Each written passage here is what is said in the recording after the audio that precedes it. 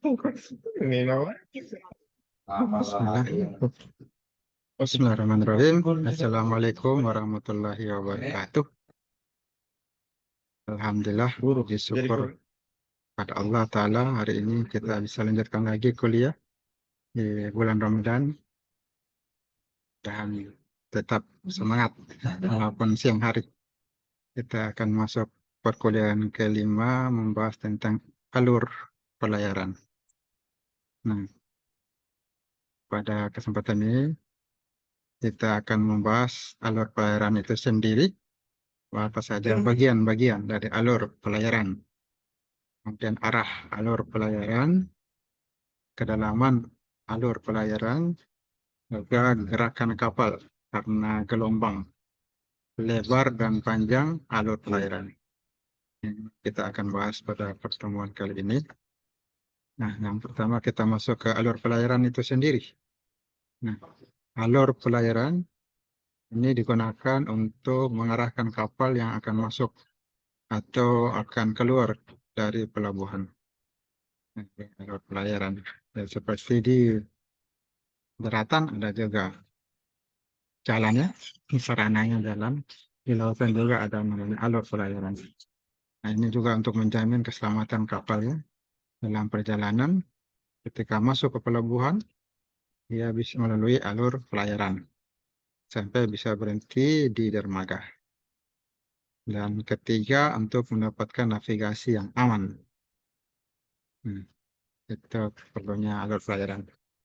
Maka perencanaan alur pelayaran dan juga kolam pelabuhan itu ditentukan oleh kapal dan kondisi meteorologi. Nah, kapal terbesar itu yang akan masuk ke pelabuhan itu disurvei untuk menentukan perencanaan alur pelayaran. Dan perlu disurvei tipe kapal, jumlah kapal yang masuk keluar masuk pelabuhan, termasuk kondisi meteorologi, terutama arah dan kecepatan angin. Itu juga berpengaruh dalam perencanaan alur pelayaran. Kondisi laut, batimetri, oseanografi, terutama arah dan tinggi gelombang. Data-data meteorologi.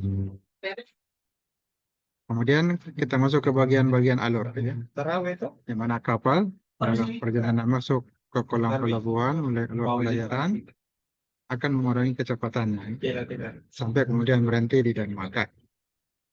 Alur ini ditandai oleh alat bantu pelayaran, berupa pelampung atau lampu-lampu. Biasanya ada alat bantu. Di pelabuhan Tanjung itu ada, bisa dilihat ada bangunannya di laut, supaya kapal bisa lewat sekitar situ, tidak melewati, nggak bisa kandas seperti ini. Secara umum ada beberapa daerah yang dilewati selama perjalanan, yaitu dari tempat kapal melempar sauh, ya, jangkar, ini luas pelabuhan, di luas pelabuhan tentunya, dan ada daerah pendekatan di luar alur masuk pelabuhan, dan daerah alur itu sendiri, alur masuk di luar pelabuhan yang berada dalam daerah terlindung, ada daerah kolam putar. Beberapa daerah yang dilewati selama perjalanan, ya. Ada 4 daerah. Daerah tempat kapal melempar sauh, daerah pendekatan, daerah alur masuk, dan daerah kolam putar. Ini layout dan penampang alur pelayaran. Dari tempat kapal membawa sauh, itu kedalaman air tidak boleh kurang dari 1,15. Dari draft maksimum kapal terbesar. Dan rumusnya ini tidak lebih dari 100 meter. Ada 4 daerah, daerah tempat kapal membawa sauh, ada daerah pendekatan, ada daerah pendekatan, ada daerah alur masuk, daerah pendekatan. Ini dermaga, ini daerah pendekatan. Masuk melalui alur, daerah alur masuk, ya. Dan daerah kolam pelabuhan, daerah kolam pun. Ini bangunan pemecah gelombang. Jadi ada beberapa, ada 4 daerah. Kaitan dengan arah alur pelayaran, nah, dalam perencanaannya Kalau diperhatikan alur pelayaran itu harus dibuat selurus mungkin ya. Bisa kita lihat ya, selurus mungkin ini bisa belok sedikit. Pada alur pelayaran dibuat sedemikian rupa sampai searah dengan arah angin dan gelombang dominan. Dan pada alur pelayaran dekat alur masuk dibuat bersudut 30-60 derajat terhadap arah angin dan gelombang dominan. Dan di samping itu apabila keadaan memungkinkan, alur masuk itu dibuat lurus. Kalau bisa, ya, alur masuk dibuat lurus. Arahnya lurus. Ekwator ini pemecah gelombang.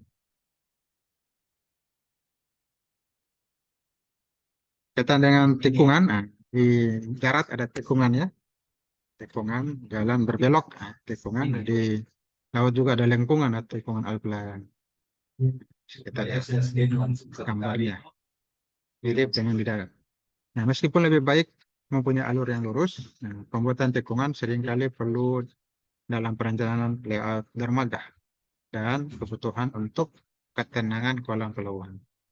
Nah, dengan membuat tikungan ini, sudut persinggungan dari garis tengah alur harus tidak boleh lebih dari 30 derajat atau radius selengkung sekitar 4 kali atau lebih dari panjang keseluruhan kapal.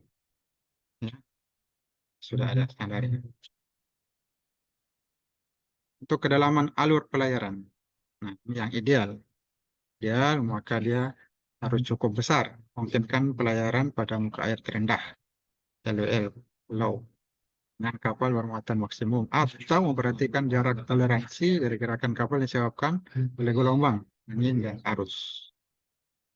Nah, ini kedalaman alur pelayaran secara umum. Nah, bisa dilihat cara pendekatan H sama dengan 0. Ada alur masuk, di mana H ini 0 lebih kecil dari H dan lebih kecil daripada H besar. Dan H besar dan H kecil. Daerah saluran kolam. Ini kedalaman alur pelayaran, rumusnya untuk H tadi di atas, D tambah G tambah R tambah P tambah S tambah K. Sudah ada rumusnya ya, dari kedalaman alur pelayaran. Tinggal lihat di data dan dihitung. Lihat karena menggerakkan kapal karena pengaruh gelombang. Nah, ini gerakan kapal relatif terhadap posisinya pada saat tidak bergerak di air, diam, itu adalah paling penting dalam perencanaan alur pelayaran dan mulut pelabuhan. Gerakan vertikal kapal itu digunakan menentukan kedalaman alur. Dan gerakan horizontalnya terhadap sumbu alur itu menentukan lebar alur. Nah, ini bisa dilihat gerakan kapal ya. Beberapa gerakan kapal karena pengaruh gelombang itu disebut heaving atau angkatan, ada pitching, bukan, ada rolling, oleng, swaying, goyangan, surging, sentakan, dan yo-yo, oleng ke samping. Nah, kenaikan draft kapal yang disebabkan oleh gerakan tersebut kadang-kadang sangat besar. Misalnya pada kapal-kapal yang besar, pengaruh rolling sangat besar, terutama bila frekuensi rolling kapal sama dengan frekuensi gelombang.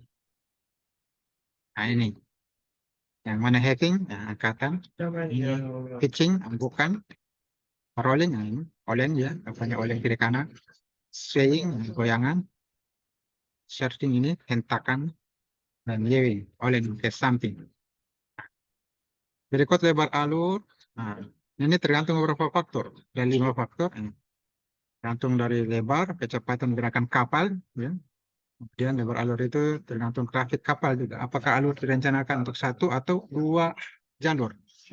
Juga tergantung kedalaman alurnya, ya. Tebing alur dan angin, gelombang, arus, dan arus melintang dalam alur itu sendiri. Cuma lebar alur. Alur dapat ditetapkan dengan berdasarkan lebar kapal. Nah, untuk lebar alur pelayaran 1 jalur, ya, tidak ada persimpangan. Itu 3 sampai 4 kali lebar kapal. 3 sampai 4 kali lebar kapal. Yang untuk lebar alur 2 jalur, ada persimpangan. Nah, itu 6 sampai 7 kali lebar kapal. Tidak ada gambar, jalur. Gerak ya, jalur. Gerak ini 2 jalur. Sudah ada rumusnya. Cara lain untuk menentukan lebar alur. Nah, ini panjang alurnya, lebarnya sudah ada 2 kali LA untuk relatif panjang. Mana kapal sering bersimpangan atau kapal tidak sering bersimpangan 1,5 LA. Saya dari jalur di atas, panjangnya, di mana kapal sering bersimpangan 1,5 LA, kapal tidak sering bersimpangan 1 LA. Kemudian panjang alur pelayaran. Panjang alur pelayaran dari alur masuk sampai dengan kolam pelabuhan atau tempat tambat untuk jangkar itu berdasarkan potensial setiap kapal ya. Dan kapal yang masuk pelabuhan, bimbingan kapal penarik kapal tandu dengan kecepatan relatif tinggi 6 knot akan menempuh 4 kali panjangnya sampai benar-benar berhenti. Adanya penambahan panjang kapal dan jarak berhenti, maka panjang alur dari alur masuk sampai dengan kolam atau tempat tambat memerlukan lebih. Ini panjang. Nah, itulah materi yang bisa disampaikan buat kali ini. Untuk tugasnya nanti diisi di classroom. Sudah ada di classroom, bisa jawab di sana. Penilaian dan juga supaya bertambah wawasan dibaca kembali, jawabannya tidak ada. Anda mengerjakan tugas, Anda baca kembali, menambah wawasan Anda dalam menyelesaikan tugas-tugas yang diberikan dosen. Selanjutnya kita tutup dengan pengembangan karakter. Kita coba ambil apa karakter Anda pada kisah Nabi Hud alaihissalam. Apakah sudah memiliki karakter Nabi Hud atau belum? Kita coba bahas ini agar terbentuk akhlak yang mulia ya. Samping seorang teknik engineering juga punya akhlak yang targetnya punya nilai dan tujuan hidup sebagai manusia seutuhnya seperti Bapak Pendidikan Nasional katakan. Kita mudah-mudahan bisa ya bentuk karakter kita sebagai orang yang baik. Ini kisah Nabi Hud alaihissalam. Dia berdakwah pada kaum Ad, bangsanya namanya kaum Ad. Mereka menyembah patung Samud dan Hera. Nabi Hud ini orang yang besar dan kuat, luar biasa, tidak lemah. Kaum Ad ini orang yang engineering sama dengan teknik ya, mahasiswa teknik nih. Sekarang mahasiswa teknik, dosen teknik, dan mereka ini sudah engineer juga. Mereka ahli teknik, ahli membangun rumah, mereka mampu membangun bangunan tinggi dan megah. Tapi mereka menyombongkan diri dengan kemampuan mereka. Mereka tidak punya karakter yang baik. Mereka bangga dengan kemampuan membangun rumah yang tinggi, megah, dan bagus. Nah, Nabi Hud alaihissalam kemudian menyuruh kaumnya melalui tersebut, wahai kaumku, sembahlah Allah Ta'ala. Nah, aku berdakwah tidak mengharap imbalan dari kalian. Jadi dia mencapai kebenaran pada kaum Ad, tidak mengharap apa-apa, itulah orang yang ikhlas ya, berbuat, beramal, tidak mengharapkan imbalan apa-apa, mengharapkan pahala nanti kalau tidak mendapatkan apa-apa, nanti di akhirat akan dibalas. Untuk orang ikhlas, ya, buat orang ikhlas itu begitu, berbuat, beramal saja. Imbalannya nanti akan didapatkan di dunia dan akhirat, tapi tidak mengharap imbalan sehingga hidupnya tenang ya. Orang mengharapkan imbalan, tidak berbuat, tidak dikasih, sakit hati. Ini berbeda, orang ikhlas dan tidak ikhlas. Faktanya kaum Ad itu tetap kufur pada Allah. Mereka malah mencela utusan Allah, Nabi Hud alaihissalam, dan menerima balasan. Allah mengazab kaum Ad dengan angin topan kencang, awan hitam 7 hari 7 malam. Jadi akhirnya mereka hancur. Kaum Ad binasa, tidak tersisa. Semua yang kufur, yang mencela Nabi, sombong, semua hancur. Bangunan mereka juga hancur berterbangan. Yang dibanggakan mereka tidak ada. Dan Allah menyelamatkan Nabi Hud dan pengikutnya yang beriman.